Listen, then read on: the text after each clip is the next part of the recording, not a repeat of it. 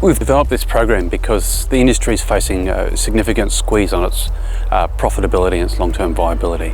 And this is in spite of the fact that global demand for New Zealand wine has outstripped our ability to supply it. We've essentially hit a glass ceiling on our ability to earn per hectare in the current system. Sure, we have improved this system, but we're really at the point where the law of diminishing returns has kicked in. So we're getting really small increments in improvement, and that's not going to give us the step change we need to really shift the dial on our profitability.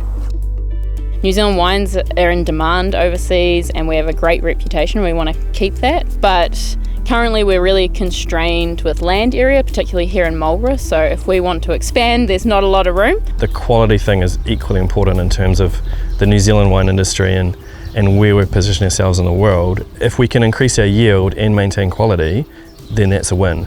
The steering group, we've gone for a visit to Hawke's Bay to have a look at apples.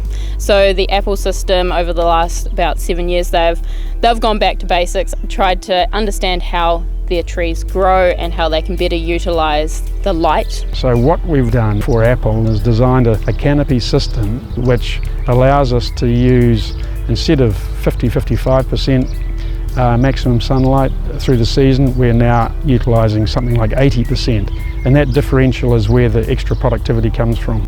Our new system looks very much like a giant vineyard. The trees are very narrow, very tall and almost linear.